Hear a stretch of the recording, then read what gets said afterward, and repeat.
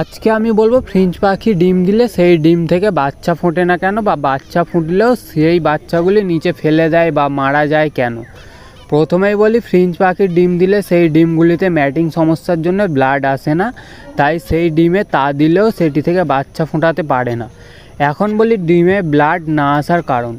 অনেক সময় দেখা যায় অনেক পাখির একটা পায়ে একটা বা দুটো আঙুল থাকে না বা নখ থাকে না, যার ফলে ম্যাটিং করার সময় কিছু সমস্যার সৃষ্টি হয়, যার জন্য ঠিকমতো ম্যাটিং হয় না, যার কারণে ডিমে ব্লাড আসে না।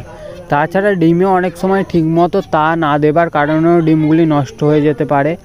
আর যদি আপনার পাখিগুলি ডিম ফুটিয়ে বাচ্চা বের করে ফেলে, তারপরেও যদি বাচ্চা নিচে ফেলে দেয় বা মারা যায়, তার কারণ হতে পারে পাখিগুলি কোনোভাবে ডিস্টার্ব হচ্ছে বা ভয় পাচ্ছে, যার কারণে ডিম বাচ্চা নষ্ট করে ফেলছে।